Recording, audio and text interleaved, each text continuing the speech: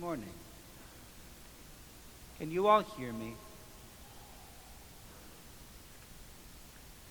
I know that the church echoes badly, so that it's easy to not hear the priest. If after today or in any days to come, you cannot understand me, if I'm speaking too quickly or it's not loud enough, please tell me. I don't know if we can fix it, but I will try.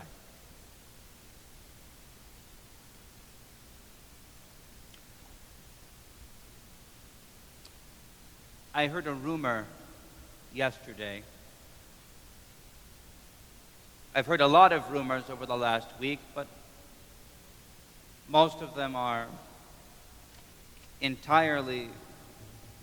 they are all silly in some sense. But I heard a rumor yesterday that it is being said in the parish that Father Anthony wants to change the church so that it is not Greek anymore.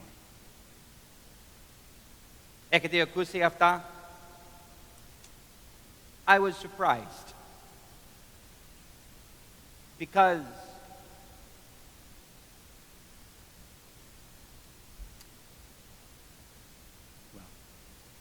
it's silly. God forbid the church ever be anything other than what it has always been.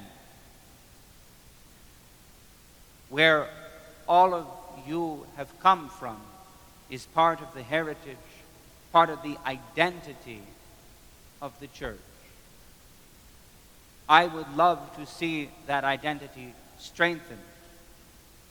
The young people all speaking the language, understanding the music, dancing the dances, living the life. I do know that to hold on to this paralysis, this gift that we have received, to preserve it is more than I can do. I cannot do it by myself. And if the community, every person, every family does not take hold of what is valuable, what is precious, what is right in the tradition that we have received, then I am afraid, I fear that we will lose what we have always been. Καταλάβετε? Ελπίζω ότι καταλάβατε αυτό το πράγμα. Now, fear is what we are talking about today in the gospel.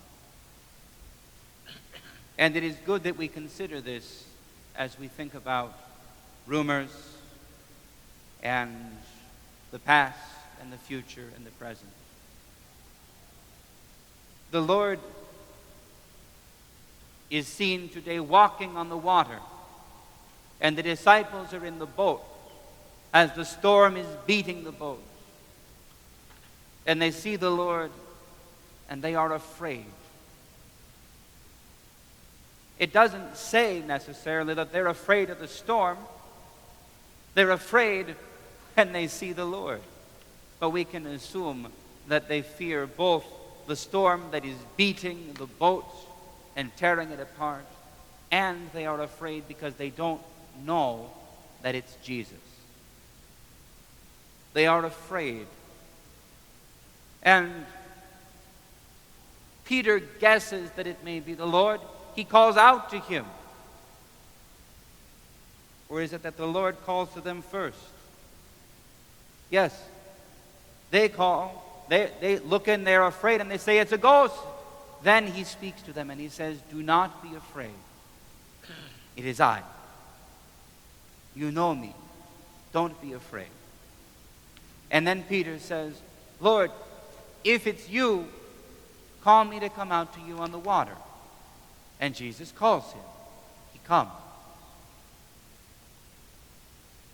And then he walks on the water until he begins to sink.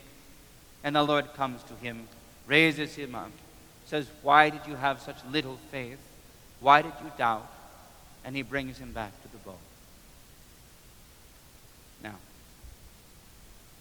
for us and for our fears, whatever they may be,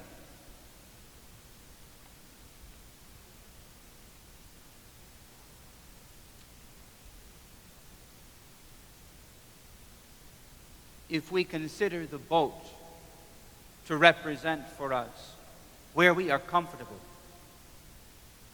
where we have been, where we would like to stay, where we feel safe, then I believe this gospel will make a great deal of sense.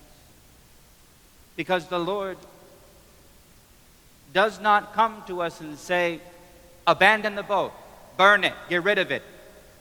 It's worthless. From now on, you'll be walking on water."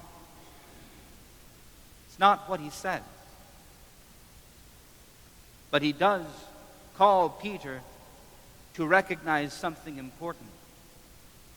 Safety does not come from the boat. Security does not come from being on the boat. If the storm continues and they just stay in the boat and hold tight, the storm will tear it apart and they will drown. The Lord calls Peter rather to leave the boat and to come to him. He calls Peter to put his trust not in the boat, but in the Lord. And Peter tries, and Peter fails. But Peter succeeds as well because he trusted in the Lord. So even when he failed and began to sink, the Lord was with him, and he lifted him up. He rescued him from drowning. And then, lest we be afraid about what happens to the boat, the Lord brought him back to the boat, and he calmed the storm, and they continued on their way. Our struggle in our lives is that we become fixated on what boat we're in.